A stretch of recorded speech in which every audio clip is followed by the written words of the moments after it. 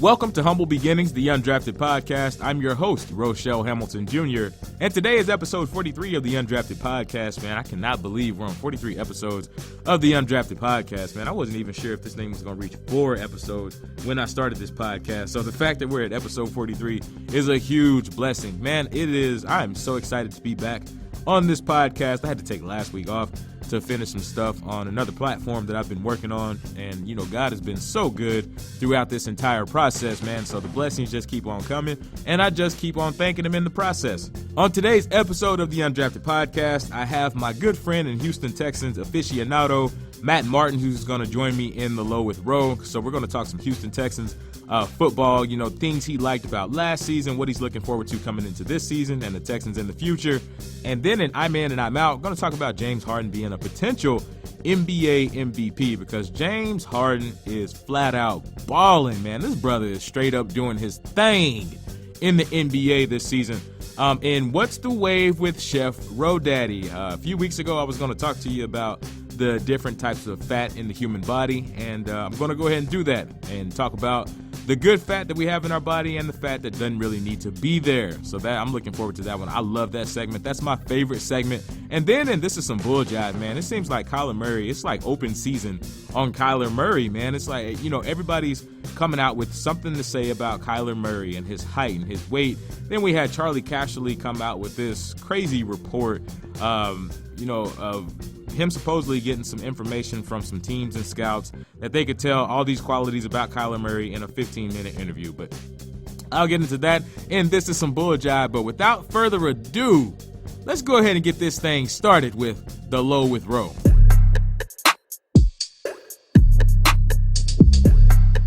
Now, I'm joined by my good friend and Houston Texans aficionado, Matt Martin. Me and Matt used to work together in our days back in Amarillo at News Channel 10. We worked together for a few years. So he hit me up about getting him on the podcast a few months ago. And, man, I felt kind of bad, because it was like I kept saying I was going to do it. And I kept forgetting it, and kind of kept, just got caught up in the normal flow of things. So it was good to catch up with him, and it's been good to catch up with him and get his opinion on the Houston Texans. So first of all, Matt, I want to thank you for joining me on the Undrafted podcast. Now, I know you're a big Houston Texans fan, and the Texans, they went 11-5 last year. They actually look like one of the more promising teams in the league. But I want to get your thoughts on their 2018 season. What did you like, and what did you not like? First off, I didn't like us starting 0-3. Right. I understood, they were close to beating the Patriots, the eventual Super Bowl champions, in their own stadium week 1. Right. I was like, okay, I like this. Then they go to Tennessee, they lay an egg, playing the Titans. Then they come home week 3 for their home opener, and they let the Giants beat them. I was literally thinking to myself, I think O'Brien should be fired. Right. He loses like two or three more games like this, he should be fired. There needs to be a total regime change. And I thought about that last year, because they brought in Brian Game, the new general manager, and I was just kind of like, there may be a situation where O'Brien gets moved out. Mm-hmm. Then they started winning a few games. They went on, what was it, like a 8 or 9 game win streak. Right. And I remember a lot of analysts saying that they're facing a bunch of, bottom teams and not that great of rosters in the winning streak. But a winning streak's a winning streak. Right. Then they kind of hit a little bit of a slide. I don't necessarily remember who they lost to later on in the year when they were the second seed. Then New England won that same week. Right. And they dropped to the 3 seed. And I was thinking to myself, after they lost that game, I guarantee you, whoever they face in the wild card, they probably won't win. And then obviously that happened. They wound up meeting Indianapolis in the wild card and lost. I was hopeful. Right. I was still pretty happy with the season considering how they started. Right. I kept, I watched every single game, and I just kept thinking to myself, man, they need to get better O-line. They need to get a better O-line. They need to do something in free agency in the draft. Absolutely. So yeah, I was pretty happy with last year, considering how it started.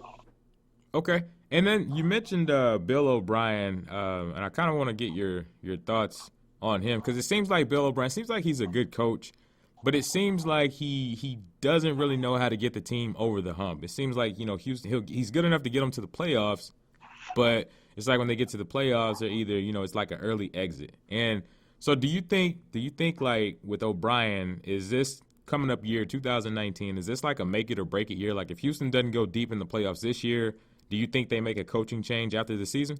It's possible. I do think, granted, I haven't looked to see who all's on the hot seat and whatnot coming into the year. Right. But I think if they don't at least make the divisional round of the playoffs, then he probably will be fired. Just because of the fact, now the first two things he has to do, he's got to fix the offensive line, and he's got to fix the cornerback situation. Right. Now I think the front seven, there's only like one piece missing from the front seven of the defense. Okay. The defensive secondary, the safeties, if they bring back Tyrann Mathieu, you're set at safety. You got Justin Reed, who was a steal in the third round last year's draft. And if they bring back Tyrann Mathieu, who can be that kind of move piece, can play this, can be your slot cornerback, be a strong safety, they just need to fix the defensive backs, the cornerbacks, and they need to fix the offensive line. Maybe also add another running back, but adding another running back, that can be like late in the draft or like at the end of free agency. I'm pretty hopeful that they'll keep O'Brien, just because I honestly don't think there will be a better coach out there for them to bring in. Right. With that being said, I also think their new change in offensive coordinators will help dramatically. Okay. Get some fresh ideas. Just get some fresh ideas in the play calling and the offensive game plan. And you're right on that, because, man, with a quarterback like Deshaun Watson, man, I mean, you can do so much with this dude's skill set. And you kind of mentioned, Houston's offensive line woes, which they've had that issue for, God knows how long. But and the thing with the offensive line, Houston's got to get that taken care of, because, I mean, as good as Deshaun Watson is, I mean, the dude, he got sacked, what was it, like over 60 times last season? I mean, they were like at the top of the league as far as like sacks surrendered. So as far as like Deshaun Watson, what are you looking for him coming into 2019? I expect him to get a little more accurate with throwing the ball. The downside about Deshaun Watson, you know how most quarterbacks like let's just Nick Foles or a quarterback like that, they prefer to check down. So like you'll see on those teams, you'll see a lot of running backs and tight ends with more than average receptions and targets. Well, Deshaun Watson's check down is to chuck it deep. Right. He'll move out of the pocket. He'll dance around just to try and find somebody open, and then his check down is to throw it deep to Will Fuller. He did that with Vincent Smith, who's like their fourth or fifth wide receiver late in the year after Fuller tore his ACL, like midway through last year. Okay. But that's what he does. What I'm hoping is I love when he chucks it downfield, but I'm hoping he'll get a little more accurate just in passing in general, and also checking it down a little bit more to the running backs. Oh, yeah, absolutely. If Deshaun Watson improves his accuracy, and if Houston puts a good offensive line in front of him, Houston's going to be a force, because Deshaun Watson, I mean, it's a chance that he might just be the best quarterback to come out of that class. in 2017. I mean, that dude, I still hate the day that the Broncos didn't do more to try to get him in that draft. I mean, I know Houston had to move heaven and earth to get him, but a guy like that, he's worth it. The one thing I hate about all that is the fact that we basically handed Cleveland, not just with the trade up to get Watson, but also when we traded Brock Osweiler. Oh, yes. And we had to give up like a second or third round pick along with Osweiler. I was just like, you're literally handing Cleveland a good roster. Right. That's the one thing I'm concerned about as far as like the grand scheme of the AFC. Right. You have, I think Cleveland's on the rise. I think Cleveland will make the postseason and make a run for the AFC North title this year. You and me both. I think you obviously have the Chiefs. Right. I know that's a little sore spot for you being a Broncos fan, but then you also have, I think Baltimore's going to hang around just because of that defense, right. And them trading back up to get Lamar Jackson. But I think it's going to be a 4-horse race moving forward after like Roethlisberger, after Brady retires, after Phillip Rivers retires. You're going to have a 4-horse race in the AFC right. with Houston, with Indianapolis, with Kansas City, Cleveland, and I guess a 5-horse race with Baltimore as well. Right. Yeah. And then too, it's funny you said Indianapolis because, man, I was kind of I was looking at something earlier today, and, man, it's like between Houston, Indianapolis, if Tennessee ever, really gets consistent and really gets their stuff together, they could be a decent team. And then if Jacksonville, if they could find their mojo like they did in 2017, man, the AFC South could shape up to be, the best division in the league. I mean, it's each Absolutely. one of those teams has a lot of potential. I mean, Houston and Indy, of course, are at the front, but each one of those teams have the potential to really make big bounds and leaps in this upcoming season. So I'm interested to see what happens in the AFC South. Well, and with Jacksonville, I mean, there's been numerous talks of them taking either Dwayne Haskins right. with the number 7 overall pick, even Kyler Murray with right. the 7 overall, or trading up. Right. Really, right now with Jacksonville, that's the only thing that they're missing. It is. Granted, I also think they should probably invest in a running back just because I think Fournette's probably, if he doesn't stay healthy and doesn't get his head out of his rear end, I think he'll probably be gone at the end of next year. It wouldn't surprise me. It would not surprise me with all the stuff that happened with him this year. And, it's funny how NFL teams work. If you're producing, they tend to be a lot more tolerant. But if you're not producing or if you're constantly injured, that tolerance goes way down. So I completely agree with you on right. Leonard Fournette. And then, yesterday it came out that the Texans, they put the franchise tag on Jadeveon Clowney. I just want to get your thoughts on that particular transaction. I mean, it made sense.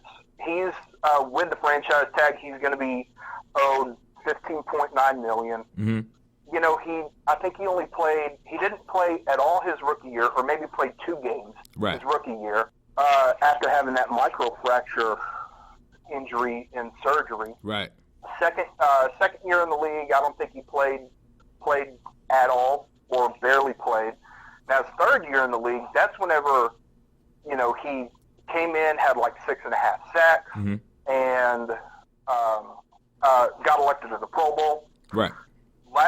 And then the last 2 years, he's been at, I think, 9 and 9.5 sacks. So he's got 29 sacks over his career. The problem is he's only played 1 full season. And that was back in 2017. Right. That he only played full 16 games. Right. I think also Houston wants Clowney to prove that not only can he stay healthy, because even last year I think he played 15 and started 14 games. Right. I think also they want to see those sack totals rise. Right. And then last question for you, man. I think you kind of touched on this earlier, but I want to kind of circle back around to it. The biggest needs that you think Houston needs going into this offseason, we're getting into the draft. We're about to get into the draft. You know, free agency is next week. What do you see as Houston's biggest need coming into this offseason?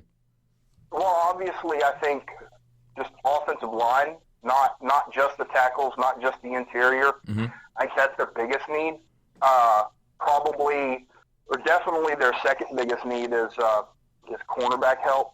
I mean, you kind of know me. I'm a nerd whenever it comes to like the draft, right, scouting, and free agency, and just the NFL in general. Mm-hmm. But so I was doing a little bit, looking over some things, and so the Texans have $65 million in cap space, which is seventh most this year.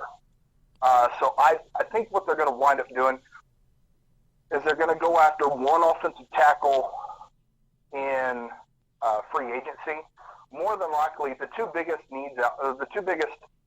names as far as tackles go are Juwan James from Miami, mm-hmm. And Trent Brown from New England. So I think what they should do is they should go after cornerback in free agency. And there's a few names out there in free agent that could hit free agency at cornerback. When I was looking earlier, mm-hmm.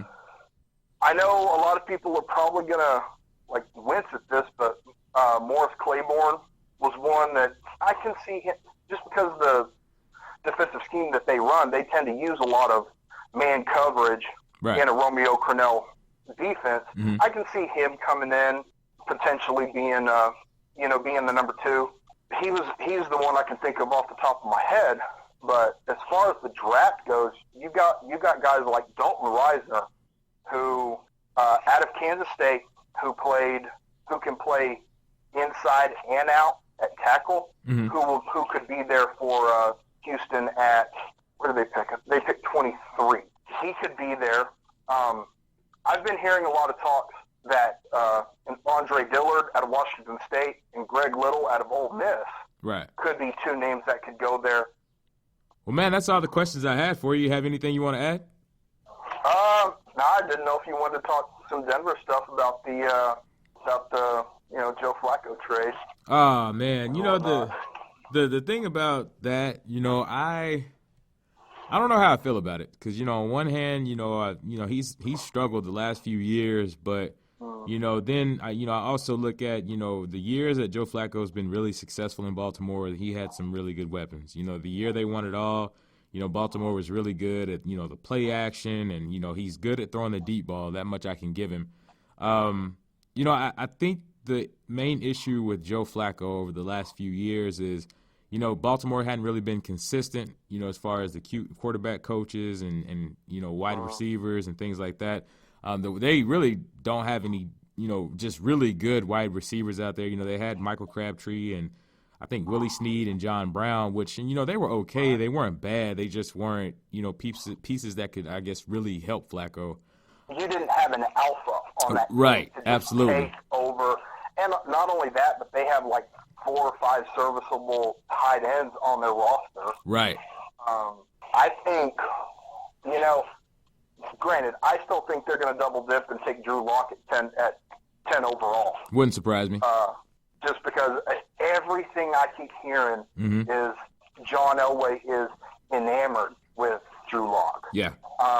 And he did okay this past week at the combine. He didn't play himself or practice himself out of the first round talks. But yeah, I can see them still taking Drew Lock with that 10 overall pick. Right. And the thing that scares me with, John Elway scouting quarterbacks, I love John Elway, I really do. But, he was a great quarterback. He just hadn't been able to scout him. And, that's the thing that kind of scares me when I hear that he's enamored with, Drew Lock. Because, he was enamored with Paxton Lynch and Brock Osweiler and, Trevor Siemian and all these dudes. And, he likes guys that are really tall. Like Paxton Lynch was like 6'7", Brock Osweiler was like 6'6", something like that. He loves these tall quarterbacks and everything else, which I get it. They can see over the line and things like that. But I don't know what John Elway misses when it comes to quarterbacks. He can scout a defense like nobody's business. But when it comes to scouting quarterbacks, he's struggled. But you know, I don't know. Maybe with this new coaching staff that they've got in house in Denver, you know, Rich Gangarello and Vic Fangio, and you know, it seems like they got some bright offensive and defensive minds. You know, maybe a lot of that changes. So you know, if they do, it wouldn't surprise me if they do select Drew Lock, because I know Joe Flacco, he's just a short-term fix. So you know, he may start in 2019, possibly even into 2020, just depending on how things play out. You know, and honestly, I honestly wouldn't mind if Joe Flacco comes in and he's playing decent. You know, Denver's winning games and everything else. I wouldn't mind if they take a quarterback and then let him sit for a year or two, like the NFL used to do. But absolutely. You know, at a place like that, I wouldn't mind it at all. But you know, when I heard the whole Joe Flacco thing, at first there was a part of me that was like, dude, you have got to be kidding me. You know, it kind of took me back to when they traded for Mark Sanchez a few years back. But then too, I was like, well, Joe Flacco, he's a little bit better than Mark Sanchez, so. You know, if we can get, 2012 Joe Flacco, I'm good. I also kind of see it this way. Every quarterback has that perfect fit. Right. And most of the quarterback busts over the last 10 years, right, they just didn't have that perfect fit. Absolutely. And then you got guys like Tom Brady taken in the 6th round who, if it wasn't for Brady starting for New England, I guarantee you Belichick would have been out of a job. Oh yeah, absolutely. He was on the hot seat going into that. Yeah, I was just about to say that. Yeah, they were getting ready to fire him at that point. Mm-hmm. And then, lo and behold, here comes this knight in shining armor and Tom Brady. So, and you're right. A lot of times when these quarterbacks bust, a lot of times it is, teams trying to put them in systems and situations that don't fit them. And that's part of the thing that happened with Case Keenum last year. I mean, Case Keenum, he's not like a world beater type of quarterback, but at the same time, he's just like any other quarterback. You got to play to his strengths. And Denver didn't do that last year. They wanted to try to make him like a pocket passer. And it's like, dude, Case Keenum is a play action type of guy. That's where he excels. And excelled in Houston too. Absolutely. When he was with the Texans, that's exactly what he excelled. Excelled in that. Rolling them out of the pocket, letting him only see about half the field, and deciphering things there. Right. Well, hey, man, I really appreciate you joining me here on the Undrafted podcast, man. You take care of yourself. You as well, Rochelle. Thank you. Absolutely, man. Good to talk to you. Good to talk. All right, once again, thanks to my good friend Matt Martin for joining me on the Undrafted podcast. Now let's move on to I'm in and I'm out. James Harden has been a one-man offensive juggernaut this NBA season. He had the 32-game streak of scoring at least 30 points a game. Then he turns around and he puts 58 points up last week in a win against the Miami Heat. Harden's name has been in the MVP conversation repeatedly over the course of the NBA season and has only gotten hotter as the season has progressed. The Greek Freak up in Minneapolis and Paul George out in OKC, they're the other two fellas who lead the three-way charge to the MVP award. But is James Harden in the lead for MVP right now? And I'm going to have to say I'm 100% in on this take of James Harden being the MVP right now. I mean, I know it's kind of a fluid situation. We still got like 17 games to go in the NBA season. But James Harden, man, James Harden is on another level right now. I mean, this dude, he's averaging more than 36 points a game so far this year. In that win against the Heat last week, he put up 58 points, 10 assists, 7 rebounds in that game. He has 6 50-point games this season. Nobody else is even close to sniffing that number. Paul George, he was on a tear over in Oklahoma City, and he's still having a pretty great season. He got injured, then he kind of tailed off a little bit. But Paul George, he's balling. So even if Paul George was to win the MVP award, I wouldn't be surprised. But with James Harden, man, this dude, he's the reigning MVP, first of all, which means everybody is gunning for him. So he's got this big target on his back. He was balling when Chris Paul got hurt. He was balling when Eric Gordon got hurt. He was balling when Clint Capella went down. And then Mike D'Antoni, he insists on putting the game on Harden's shoulders night in and night out. The whole NBA knows that this offense is going to run through James Harden, and he's still putting up these monster numbers. Now, Chris Paul, he's come back from injury, and he's been able to lend a helping hand. Chris Paul, he's having a good year so far since he's been back. So hopefully, I ain't going to say he's having like a great year, but he's having a pretty decent year since he's been back. So hopefully Chris Paul, hopefully his injury bug, hopefully he's went through that and they've got that taken care of and he can stay healthy, man. Because if he can stay healthy, if the Rockets can stay healthy, I personally believe that they're a big threat to the Golden State Warriors. But as far as James Harden goes, you have to ask the question, is there anybody else in the NBA who's doing what this dude is doing night in and night out? And there's other dudes that go through these spells, they go through these phases where they just ball out of control, but then they cool off. But James Harden is doing this consistently. Like I said in the opener, he had the streak of 32 games with 30-plus points, which is unbelievable. And, the MVP race, it's tight with him, Paul George, and the Greek Freak being in that three-way tie. Like I said, Paul George, he's balling out. The Greek Freak, Giannis, he's balling out. He's balling out up in Minneapolis. So I wouldn't be surprised if either one of those guys get the MVP. But if you're asking me who's my MVP, is James Harden, because he's just on another level offensively. The biggest argument for me personally, the biggest argument that you could use against James Harden is the fact that he hasn't translated this regular season success or this regular season offensive dominance into the postseason consistently. But he's unstoppable in the regular season, but when it counts the most in the playoffs, he tends to stumble. But last season, him and Chris Paul and the Rockets, they had the Golden State Warriors on the edge. And of course, Chris Paul, his hamstring pulled up lame. But, man, if Chris Paul doesn't get hurt in that series, Houston, they go on to beat Golden State, and it's quite possible that we're talking about the Houston Rockets being the reigning NBA Finals champions.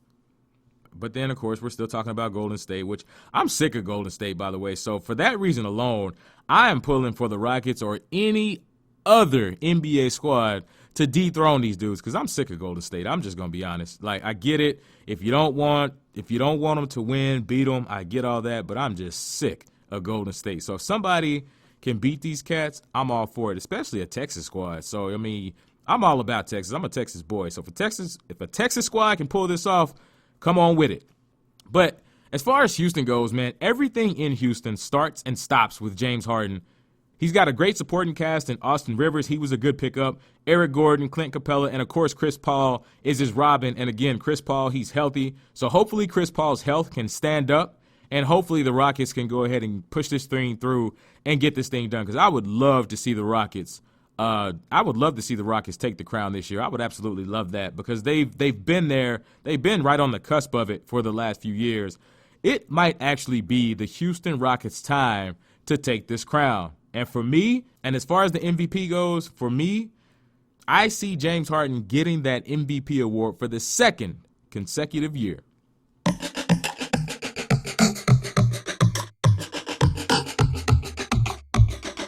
What's the wave with Chef Rodaddy?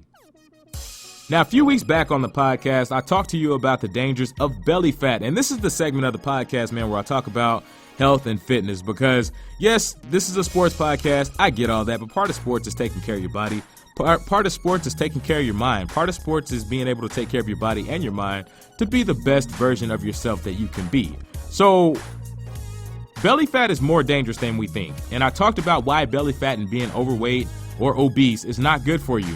Not just from an aesthetic standpoint, but from a health standpoint. And if you didn't get to hear that, you can download that episode or any of the Undrafted podcast episodes on any other platforms that this podcast airs on. Now, this week, I'm going to talk to you a little bit about the different types of fat in our bodies. And I was supposed to talk to you about this like 2 or 3 weeks ago, but God hit me with something totally different. And when God talks, I listen. So I had to go another direction. But now I'm actually able to get back to it. There's really only 2 main types of fat in the human body. So this segment ain't going to take that long. Now, we hear so much about belly fat and, bad fat and how bad it is for us and blah, blah, blah, blah, blah. And I'll talk about that in a little bit. But first, I'm going to talk about the good fat in our bodies, the fat that we need to survive. See, I told you, all fat ain't bad fat. Now, this good fat or this survival fat is called subcutaneous fat. Now, this is the fat that is directly below the skin. This is the fat that if you were to pinch yourself, or if your mom did like my mom did when I was younger, she pinched you a lot, that soft tissue that you feel under your skin is subcutaneous fat. Now, this fat is necessary because it helps protect your body from harsh conditions like the weather, etc., etc. Now, the skin is the largest organ on the human body, and it's composed of 3 layers. The outer layer, the part that you and the outside world can see, that's the epidermis. The layer under that is called the dermis. And the layer under that, the inner fat tissue layer, under that is the subcutaneous layer. Now, the subcutaneous layer has a few functions. It provides insulation to help maintain the body's temperature in cold conditions. This is why you don't freeze to death when you walk outside when it's cold. This layer also anchors the outer layers of the skin to the muscles beneath the skin. Basically, it holds it in place. And it also protects the muscles and bones when we fall or we bump into something. Now, another thing that this particular layer does is it acts as a passageway for nerves and blood vessels between your skin and your muscles. So this fat is absolutely necessary. But some of us have more than others. And when you gain weight, your skin has to stretch to make room for all the extra fat cells. And the more fat cells that you have in your body, the more of this fat you accumulate. So yes, everybody is born with this certain kind of fat. Now, outside of genetics, people generally have greater amounts of subcutaneous fat if they eat more calories than they burn, have a sedentary lifestyle where they sit a lot, or they're not very active. They have little muscle mass in their body. They don't exercise regularly. They're diabetic, or they're insulin resistant. So even though this fat is good fat, it's just like anything else in life. Too much of anything is a bad thing. Now, the other type of fat is basically the bad fat, and that's visceral fat. I talked about this fat in detail a few episodes back when I talked about belly fat in detail. Visceral fat is the culprit to a lot of obesity-related diseases and illnesses. Now, I shouldn't say all visceral fat is bad because we're born with small amounts of it, because it does support endocrine and immune functions for your organs. But too much of this fat can be deadly, though. Because this fat supports important function for your organs, it can wrap around your organs in excess, like the heart, liver, kidney, and other vital organs, and too much of it around these organs can be deadly because it can literally choke the life out of your organs. Fat around the heart can narrow arteries and increase your risk of a heart attack. Now, I started my journey about 1.5 years ago, and one of the first things I did is I watched a full autopsy on YouTube. Like, I literally got on YouTube and I typed in an autopsy of an obese person because, you know, we hear so much about how obesity is a silent killer, and I wanted a deeper understanding of what I was doing to my body. And so I looked this up on YouTube, and it was about 1 hour long, and they did an autopsy on a 55-year-old woman, and this woman, she was morbidly obese. And the first thing they did when they cut her stomach open was they had to pull out layers of belly fat. And this was fascinating, man. I mean, it was a surreal experience just seeing this be played out. And if you've ever seen belly fat, it's yellow and it's softish looking. I mean, it looks like a bunch of like popcorn or soft corn. Like it's fascinating, man. But it's kind of crazy looking at the same time. So when they're pulling this out of this lady, I was like, wow. So that's what's inside of me. You know, that when I have all this belly fat on me, like that part woke me up as well. But once they got through that, that's when stuff got real, because they cut her kidneys open and there was a lot of fat inside her kidneys. Then they cut open her liver, and she had fat inside of her liver. She had a fatty liver, and her liver had also been damaged by large amounts of fatty acids. Her lungs were filled with fluid, not water, but they were filled with some kind of fluid. I can't remember. They said the kind of fluid that it was, but it wasn't water. But they said her lungs were filled with fluid, because her lungs had to work harder from carrying all the extra weight in her body. And then they got to her heart. And this is the part that really like hit me with this documentary, because this lady, she had heart disease and she ended up passing away of a heart attack. Now, the ventricles in her heart had expanded in size from having to work harder to pump blood across her body as it increased in mass. So while her heart increased in mass, her ventricles had actually thinned out from having to work that much harder. Now, I was already about 6 months into my changes when I saw this. And when I saw this documentary, it made me push even harder, because my first thought was like, dude, I'm sitting here looking at this and I'd be damned if that's me one day. Like, I'm not leaving this earth quicker than what I'm supposed to be because of my constant bad decisions and, you know, just not wanting to get up and do something, you know, constantly making excuses as to why I can't do this, why I can't do that. I don't have enough time, this and that and the other. So it was like, no, we're going to push even harder, because I refuse to let this be me, Rochelle Hamilton Jr. And I know all of this sounds graphic, and that's exactly how it should be, because this is real life. This is reality. And the reality is, if we don't get serious about this issue as people, there will be more and more people just like this lady. Now, a lot of people ask me, what kind of foods do I eat to keep going? And that is a great question. Your nutrition is 80% of this entire thing. Exercise is just the other 20. Because exercise complements your nutrition, not the other way around. You can work out all day and all night until you're blue in the face. And if your nutrition is trash, you are wasting your time. 80% nutrition, 20% exercise. Like that's really how it cuts down. It comes down, it's all about your nutrition, what you're putting inside your body. But back to the question though. I eat a lot of protein and a lot of vegetables. Egg whites, egg yolks, chicken, turkey, fish. Now, I don't eat a whole lot of fish because I'll be honest, fish tends to be pricey, at least the best cuts of it. And I generally just don't want to waste my money on, why go and spend, $15 on 2 or 3 pieces of salmon when I can get, 3 or 4 packs of chicken drumsticks, for the same amount of money. Now with drumsticks, I know a lot of people say they have a little more fat in them. And they do, but you take this, there's things you can do to take the fat out of drumsticks. You can skin them real good. You can bake them. I mean, there's ways that you can get around,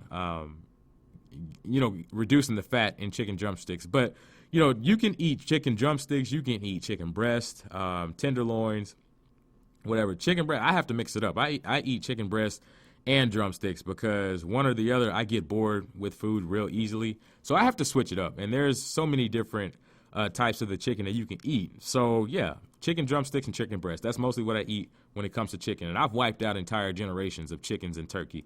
I eat a lot of chicken and turkey. Those are my 2 main sources of protein. 1, because you can do so many things with them. And then 2, they tend to fit my budget a lot better than going out and buying a whole lot of fish. Now, when it comes to things like protein supplements and things like that, I don't take any powdered protein. I don't take any protein supplements or any of that.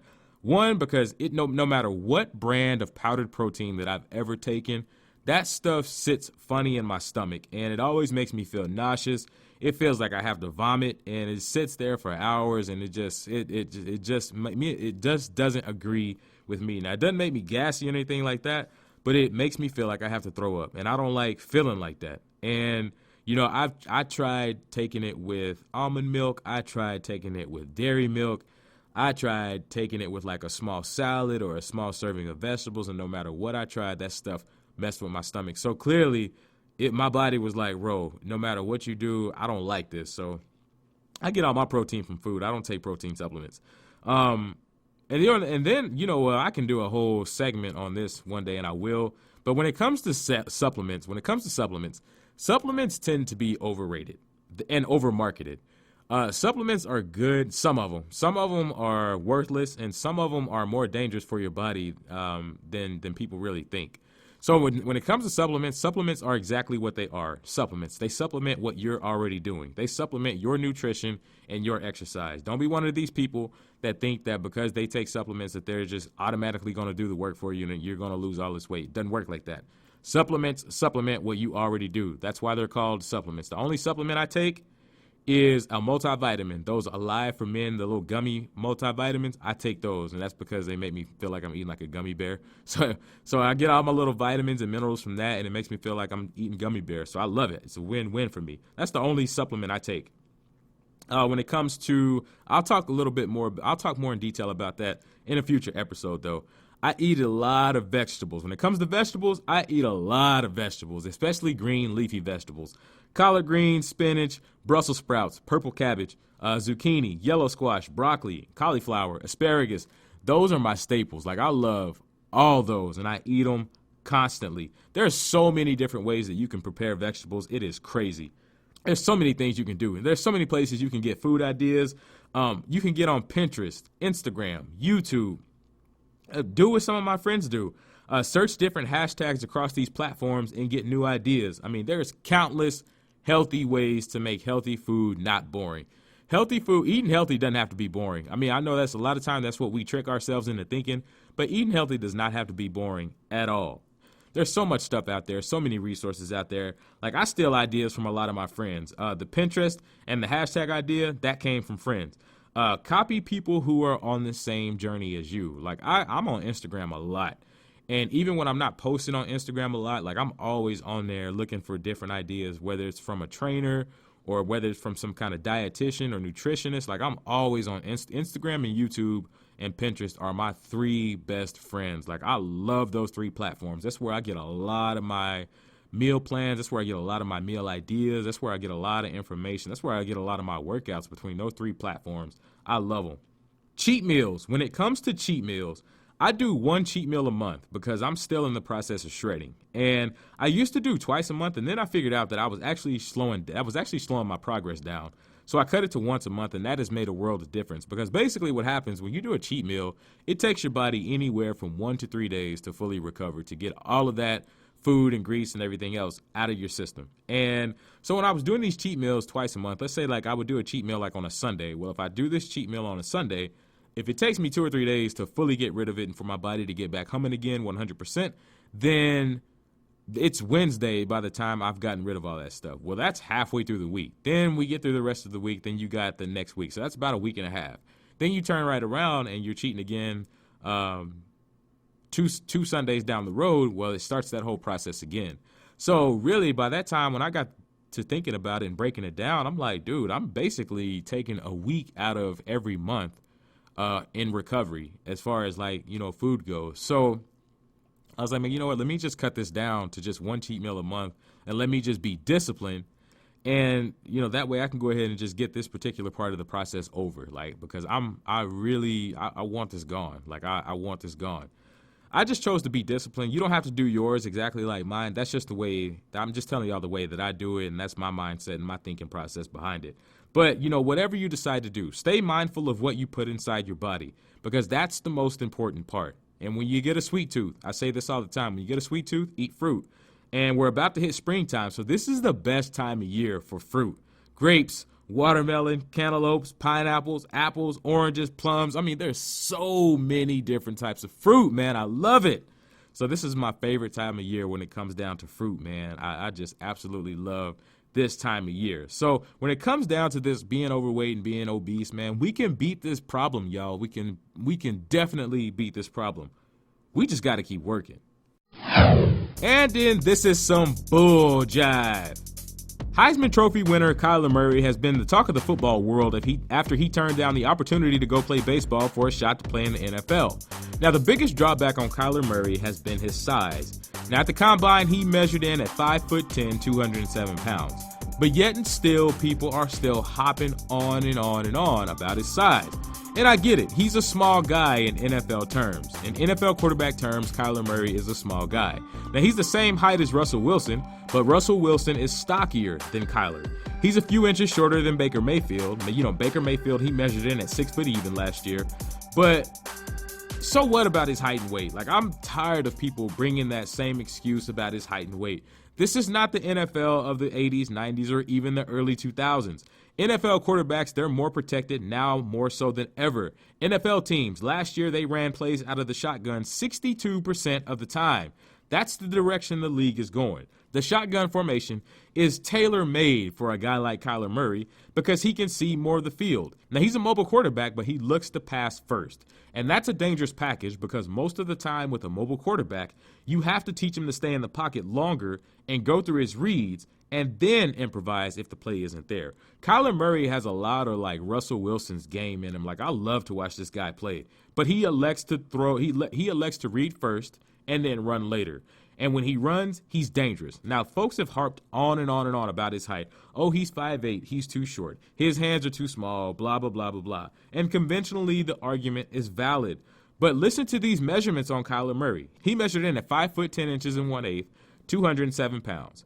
Hand size, 9.5 inches. Russell Wilson, 5 foot 10 inches and 5/8, 204 pounds, 10.25 inch hands. Russell Wilson has went on to have a great NFL career, possibly a Hall of Famer. And since the size thing isn't as big of an issue as folks previously said, the only way I could see teams truly being down on this dude is if he proves to be terrible with the mental side of the game. Because that's the thing that is going to determine whether or not he's successful in the NFL. What did you do on the field? I could care less about all this other stuff. You know, that these, and you know, this is the time of year where scouts, they find reasons not to draft guys, and, you know, teams talk dudes down, this and that and the other.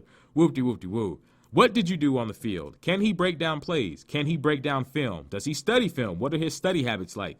Does he take tedious notes? What is his football IQ? That's the stuff that's going to determine whether or not he's successful or not this other petty bull jive that these people are talking about. John Elway said in an interview last week that in so many words, he's simply not interested in Kyler Murray because of his size. And the Broncos, they need a quarterback. Yes, they just traded for Joe Flacco, but the Broncos still need a quarterback. Now, that actually might bode well for Kyler Murray that John Elway said this, because John Elway, as much as I love John Elway, he's been terrible at scouting quarterbacks since he's been in the GM chair. And like I said, I love John Elway, but the truth is the truth. John Elway missed on Russell Wilson in the 2012 draft, and he chose Brock Osweiler. And, you know, I'm not trash-talking Brock Osweiler. I really kind of hate to sound harsh, but Brock Osweiler was terrible. He wasn't good at all. Brock Osweiler was a tall quarterback with all the physical tools, but he was terrible in real time. Now, he traded up in the first round of the 2016 draft, John Elway did, to take Paxton Lynch, another tall quarterback with all the physical tools, but was terrible. Now, he just got back in the league as a backup quarterback in Seattle. Trevor Siemian, he's another bad pickup by John Elway and the Broncos. The only true hang-up that I could see with Kyler Murray is the short body of work that he has compared to other quarterbacks who's about the same size as him. He only had the one season at OU. Russell Wilson, he was a 4-year starter in college. Baker Mayfield was a 3-year starter. So the body of work coming in is a little bit of a concern just from an experience standpoint. But the size thing, to me, has been blown completely out of proportion, especially since he's a bigger guy than people thought. Still harping on size and weight after this dude's combine measurements? That's that bull jive. Well, that's my time for this episode of the Undrafted Podcast. I want to thank my Lord and Savior Jesus Christ for blessing me with the gifts, the talents, and the resources to do this podcast. Thank you for taking time out of your busy day to tune in, and thank you to my good friend Matt Martin again for coming on the Undrafted Podcast. Remember, you can catch the Undrafted Podcast on Spotify, SoundCloud, iTunes, and Google Play Music. You can also follow the Undrafted Podcast on Instagram at the Undrafted Podcast or on Twitter at RoForShowPro. And I don't have a Bible verse for you today, but I do want to encourage you to read Psalm chapter 103 because God is amazing. And, you know, I wish I had time to tell you about something that he did for me this week, but I just don't have the time to tell you. But I just do want to leave this with you, that no matter what you're going through, keep God first, trust in him, and he will come in for you. Now, he may let you go through a little bumps and bruises. He may let you get into a fist fight or two, you know, a spiritual fist fight, not a physical one. He may let you, you know, you're going to go through some bumps and bruises. You're going to go through some trials. That's just life. But through it all, trust God, and he will bring you through it. So remember, do your best and let God handle the rest. Be blessed.